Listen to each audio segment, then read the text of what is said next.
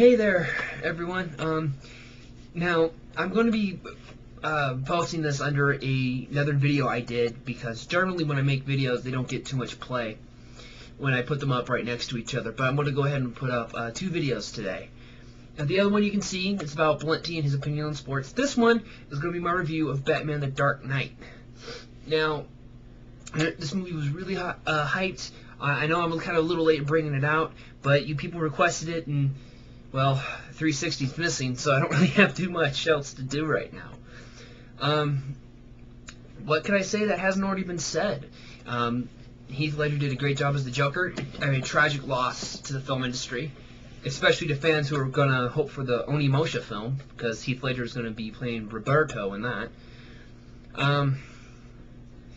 Christian Bale, a phenomenal job. I know there was a little bit of criticism about his deep voice, but you know, people need to understand that Batman has a sound different than Bruce Wayne, and that is what creates the bear growl. Maggie Gyllenhaal, didn't like her. She looks like she's 50 years old. She has massive wrinkles, which makeup, I think they need to spend more money on her makeup than they needed to do Heath Ledger's. I thought the Harvey Dent character was very interesting.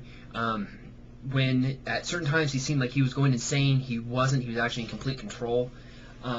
Until later on, when, okay, spoiler alert, if you haven't seen the movie, first off, you're an idiot for not seeing it, and second of all, you should know by now from the comics and another Batman film that Harvey Dent is Two-Face.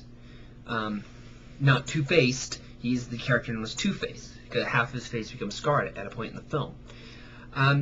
How they did his design was very interesting. It was a lot more realistic. If you've seen other Two-Face designs in the past, like half the face is like purple and the hair is white, this was more like severe, massive fucking burns, which was very interesting. It was just a different way of interpreting Two-Face. You know, if you're going to ask me what the score on this film was, it's going to be a 9.8. And, you know, it kind of has a little nicks in that, you know, Maggie Gyllenhaal was in it.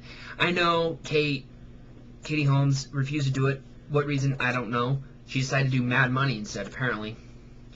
You know, I know her judgment's piss poor. She married Tom Cruise and then did Mad Money. But, oh well. Now, what's more interesting about the movie itself is its sequel. There has been talk of a third film, and Heath Ledger was apparently going to be in it.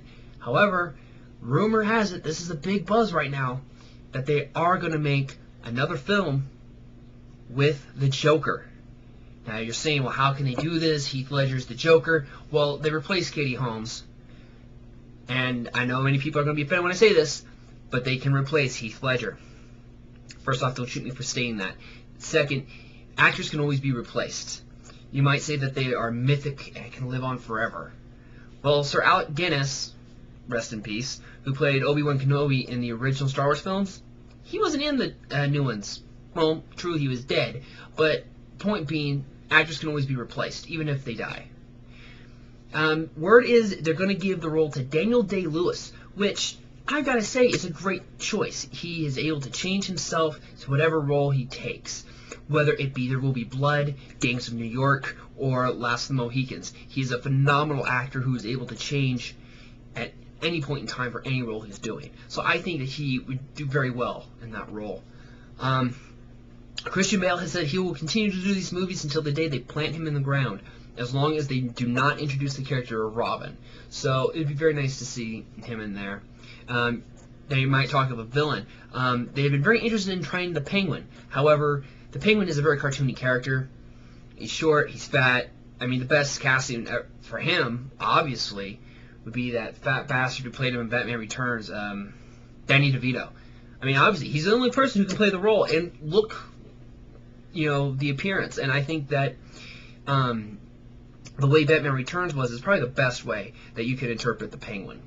However, I would like to see Catwoman kind of thrown into the mix here. I think, you know, Batman coming off of, you know, another spoiler, sorry, but the death of Rachel, and just how the whole movie flowed and everything that's gone on, how it would be interesting to introduce Selene into the story and see how he handles Catwoman, be very interesting twist. It's something a bit different for these films.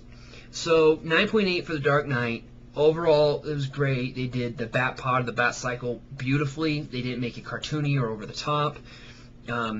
Christian Bale, he actually looked a lot better in this film, in my opinion, because he lost weight, because he was wearing a different suit, which required more mobility. He had to be quicker. It wasn't just some like random, like, okay, here's his bat suit. All right, we'll just randomly switch it for the next film. They actually went into detail about the suit and why it was changed, and certain mechanics of the suit, which is, I think, something that they should have done more detail work in the other films. And I'm going to say this real quick before I leave. His white eyes. I mean, if you watch the film and you see towards the end he has these white eyes inside of his mask, it's because he's seen through a sonar system, so you can see everywhere else. And when they showed his face and his eyes were all white, like, dude, it's the comics. It's so strange how the most realistic of the Batman films, not the most cartoony, but the most realistic of the Batman films, turns out to be probably the most accurate, and gives the most homages to the rest of the original series. It was something that I absolutely loved, and they did a great job, and they really did stick true to the series. 9.8, Dark Knight. Ladies and gentlemen, you got it. Comments and reviews down on the bottom. Be sure to check out my other video, Blenty Sports. I'm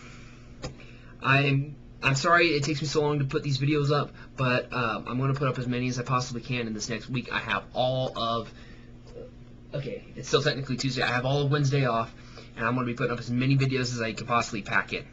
Alright, so keep your eye on my page. If you see one video go up, take a look for like 5 more, because I'm going to be just busting these out, okay? Later.